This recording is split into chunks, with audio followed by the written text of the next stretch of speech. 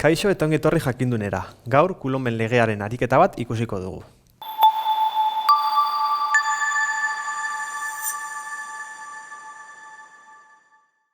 Ikusten dugunez ariketa honetan hiru partikula desberdin ditugu. Bi positiboak eta bata negatiboa. Ikusten dugu nola erdian karga negatibo bat dagoen. Ariketa hauek egiteko oso sinpleak dira. Azkenean egin behar duguna da zati bat banatu eta gero bigarren zatia. Eta gero ikusiko dugu nola erdian zeintzuk diren indarrak eta partikula hau noruntz joango den aztertuko dugu. Beraz, lehendabizi lehen zati hau aztertuko dugu. Zati hau. Beraz, hau F bat. Dano dakigunez, Coulomben formula F berdin K bider Q bat bider Q bi zati distantzia berbi.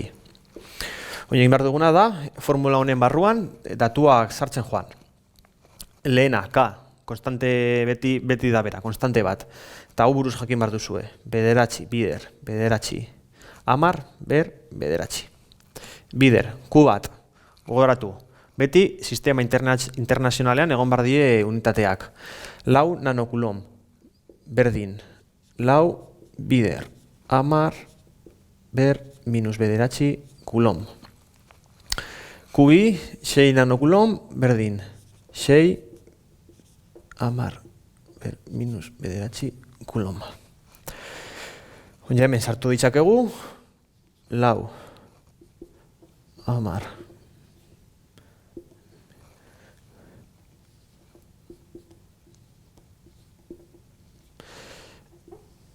Eta distantzia, berdin. Distantzia beti metrotan egon bida, sistema internazionalean, beraz, 8 zentimetro, 0,08 metro.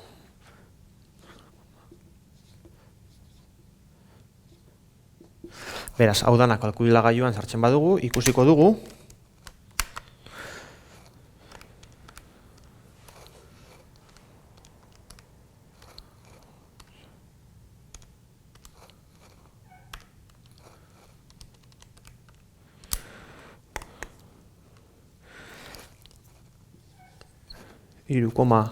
Iru zazpi bost bider amar minus bost newton.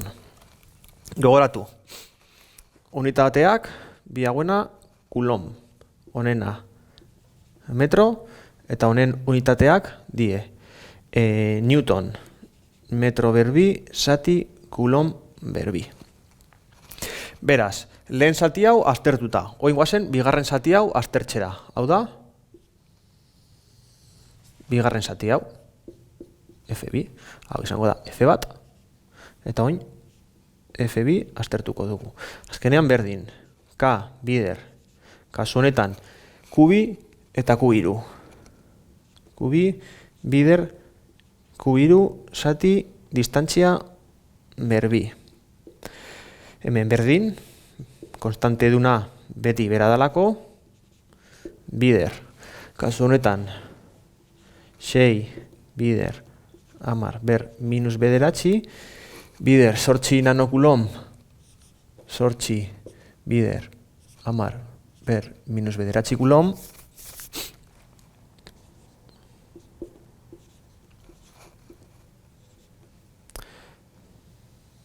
eta distantzia bera, 12 zentimetro, berdin 0,12 metro.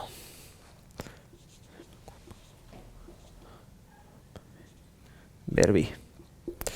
Han kalkulagailuan sartzen badugu, bederatzi bider.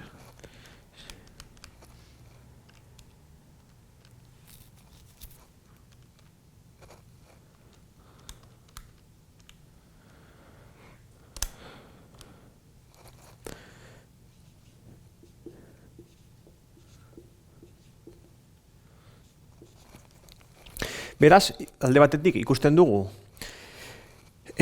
noranzko hau 3,7 bider amar minus most newton dala, eta bigarren hau 3 bider amar minus most newton. Hau guazen irudikatzera, errezago ikusteko. Ikusiko dugu, hemen partikula negatiba dugula, hau da erdian dagoena, zentsu hontan indar bat dugu F2 eta hau 3 bider 10 ber minus 5 newton da,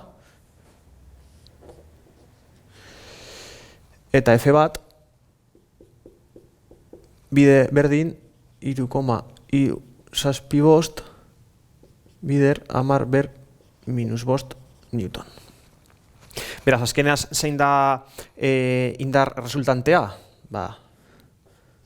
FR, hau badakizu esan gure dela, beti bere balore positiboa izango dela, hau da, emaitza negatibo baldin bada, honek positiboa jarriko dugu, eta egingo nuke F2 ken F1 berdin 3 10 ber minus 5 ken 3,75 bider 10 ber minus 5 ikusiko dugu, hau dela 0,375 newton. Beraz, kasu honetan ikusiko dugu indar hau partikula zentsu hortan fango dela, hau da eskumaruntz. Beraz, hau izan da dana, mi esker ikusteagatik eta gogoratu, sare sozialetan eta web orrian jarraitu jakindun.